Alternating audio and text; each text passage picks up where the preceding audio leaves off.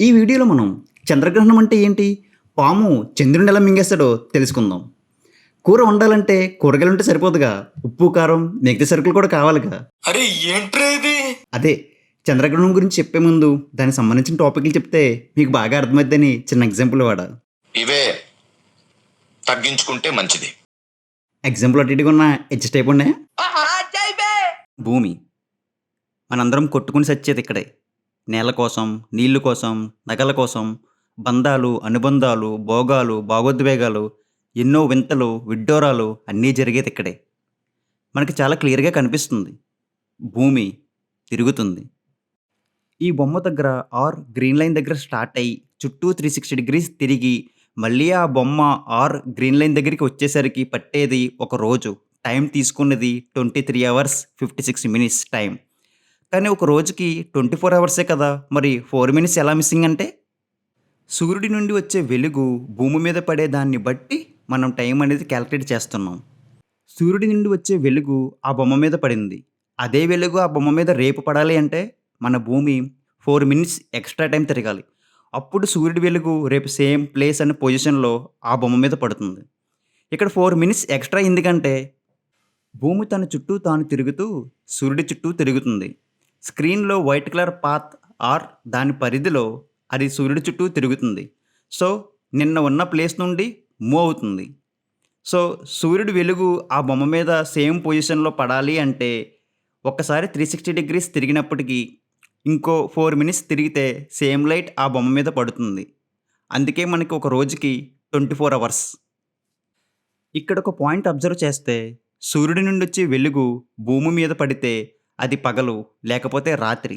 ఇక్కడ చాలా క్లియర్‌గా పగలు, రాత్రికి ఎగ్జాంపుల్ కనిపిస్తుంది. భూమి సూర్యుడి చుట్టూ ఒక్కసారి తిరగడానికి పట్టే టైం 365 డేస్. ఒక సంవత్సరం. హ్యాపీ న్యూ ఇయర్ చేసుకుంటాంగా. సో, భూమి సూర్యుడి చుట్టూ తిరిగే ప్రాసెస్ టైంలో మనకి సీజన్స్ ఎండాకాలం, వర్షాకాలం, శీతాకాలం వస్తాయి.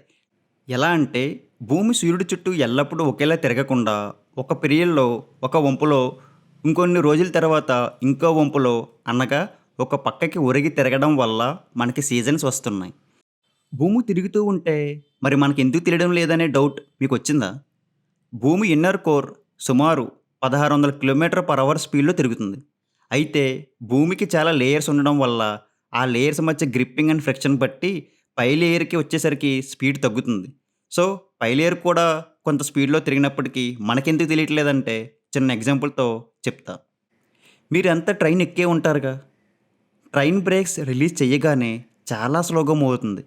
బయటకి చూడకపోతే మనకసలు తెలీదు మూవ్ అవుతున్నట్టు.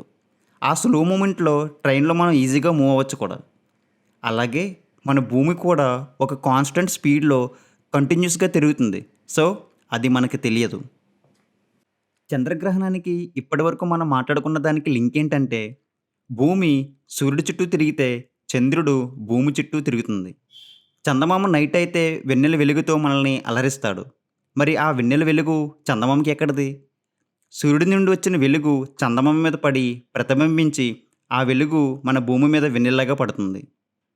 భూమి తన చుట్టూ తాను తిరగడానికి పట్టే టైం ఒక రోజు.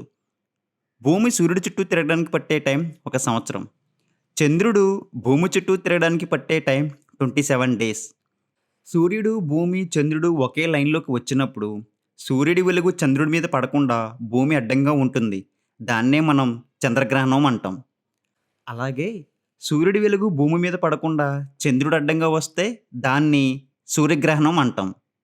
అయితే చంద్రుడు భూమి చుట్టూ తిరగడానికి 27 డేస్ పడితే మనకి చంద్రగ్రహణం ప్రతి నెల ఎందుకు రావడం లేదు? ఎందుకంటే చంద్రుడు ఒక డైరెక్షన్‌లో తిరగడు. దీపావళిలో తిప్పుడు పొట్లంలాగా అన్ని డైరెక్షన్‌లోని తిరుగుతాడు. So, yearly 2 or 3 times max మనకి చంద్రగ్రహణం రావచ్చు. బెస్ట్ ఎగ్జాంపుల్ ఫర్ చంద్రగ్రహణం. ఇక్కడ లైటు ఎలక్కాయ మీద పడకుండా పింక్ బాల్ అడ్డుందిగా, దీన్నే చంద్రగ్రహణం అంటారు. ఇక్కడ లైట్ అనేది ఒక్కోసారి ఒక్కోలా ఎలక్కాయ మీద పడుతుంది. దానివల్లే చందమామ మనకి నెలవంకగా ఒక్కోసారి ఒక్కోలా కనిపిస్తూ ఉంటుంది. దీన్నే ఫేసెస్ ఆఫ్ మూన్ అని కూడా అంటారు. మనకి చిన్నప్పుడు ఎవరో పెద్ద బిస్కెటే వేశారు. పాము చంద్రుడిని మింగేస్తుందని.